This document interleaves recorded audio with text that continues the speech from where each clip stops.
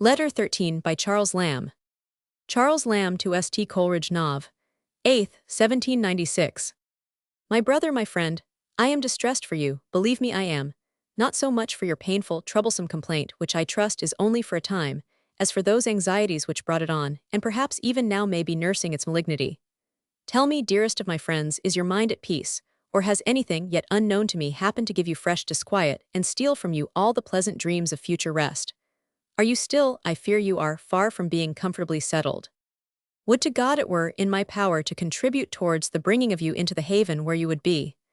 But you are too well skilled in the philosophy of consolation to need my humble tribute of advice.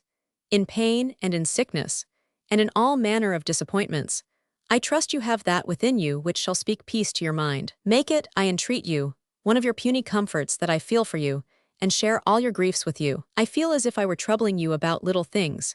Now I am going to resume the subject of our last two letters, but it may divert us both from unpleasanter feelings to make such matters, in a manner, of importance.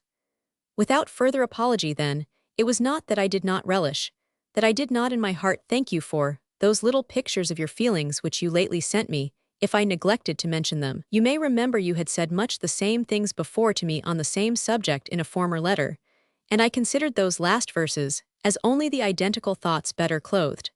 Either way, in prose or verse, such poetry must be welcome to me. I love them as I love the Confessions of Rousseau, and for the same reason.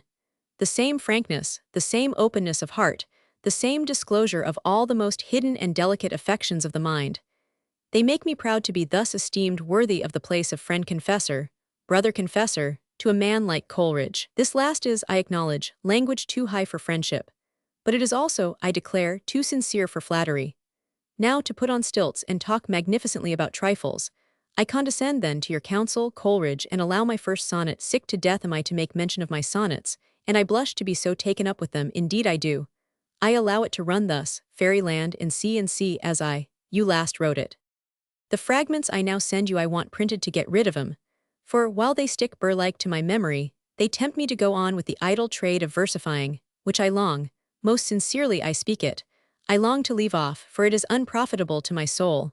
I feel it is, and these questions about words and debates about alterations take me off, I am conscious, from the proper business of my life. Take my sonnets once for all, and do not propose any reamendments, or mention them again in any shape to me, I charge you. I blush that my mind can consider them as things of any worth. And pray admit or reject these fragments, as you like or dislike them, without ceremony. Call them sketches, fragments, or what you will, but do not entitle any of my things love sonnets, as I told you to call them. 'Twill only make me look little in my own eyes, for it is a passion of which I retain nothing. 'Twas a weakness, concerning which I may say, in the words of Petrarch, whose life is now open before me, if it drew me out of some vices, it also prevented the growth of many virtues, filling me with the love of the creature rather than the Creator, which is the death of the soul. Thank God, the folly has left me forever. Not even a review of my love verses renews one wayward wish in me, and if I am at all solicitous to trim 'em out in their best apparel, it is because they are to make their appearance in good company. Now to my fragments. Lest you have lost my grand aim, she shall be one.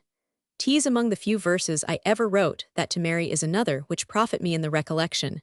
God love her, and may we two never love each other less. These, Coleridge, are the few sketches I have thought worth preserving.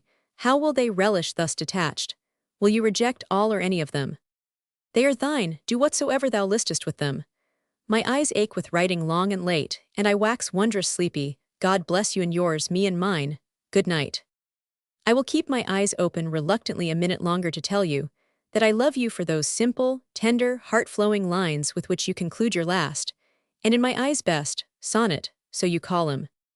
So, for the mother's sake, the child was dear, and dearer was the mother for the child. Cultivate simplicity, Coleridge, or rather, I should say, banish elaborateness, for simplicity springs spontaneous from the heart, and carries into daylight its own modest buds and genuine, sweet, and clear flowers of expression. I allow no hotbeds in the gardens of Parnassus. I am unwilling to go to bed, and leave my sheet unfilled, a good piece of night work for an idle body like me, so will finish with begging you to send me the earliest account of your complaint, its progress, or, as I hope to God you will be able to send me, the tale of your recovery, or at least amendment. My tenderest remembrances to your Sarah. Once more good night. Coleridge, on November 2, had begun to suffer from his lifelong enemy, neuralgia, the result largely of worry concerning his future, so many of his projects having broken down. He was subduing it with laudanum, the beginning of that fatal habit. We do not know what were the verses which Coleridge had sent Lamb, possibly the 3 sonnets on the birth of Hartley, the third of which is referred to below. Lamb's decision in September to say or hear no more of his own poetry here breaks down. The reference to the Fairyland sonnet is only partially explained by the parallel version, which I printed on page 25. For Fairyland was Coleridge's version. Either Lamb had made a new version, substituting Fairyland for fairy, or he wrote, "I allow it to run thus, Fairyland and see as you last wrote it." When reprinted, however, it ran as Lamb originally wished. The other fragments were those afterwards included in Coleridge's poems, 2nd edition, 1797. Love sonnets. Lamb changed his mind again on this subject, and yet again. Coleridge's last of the 3 sonnets on the birth of Hartley was entitled Sonnet to a Friend Charles Lloyd, who asked how I felt when the nurse first presented my infant to me. It closed with the lines which Lamb copies.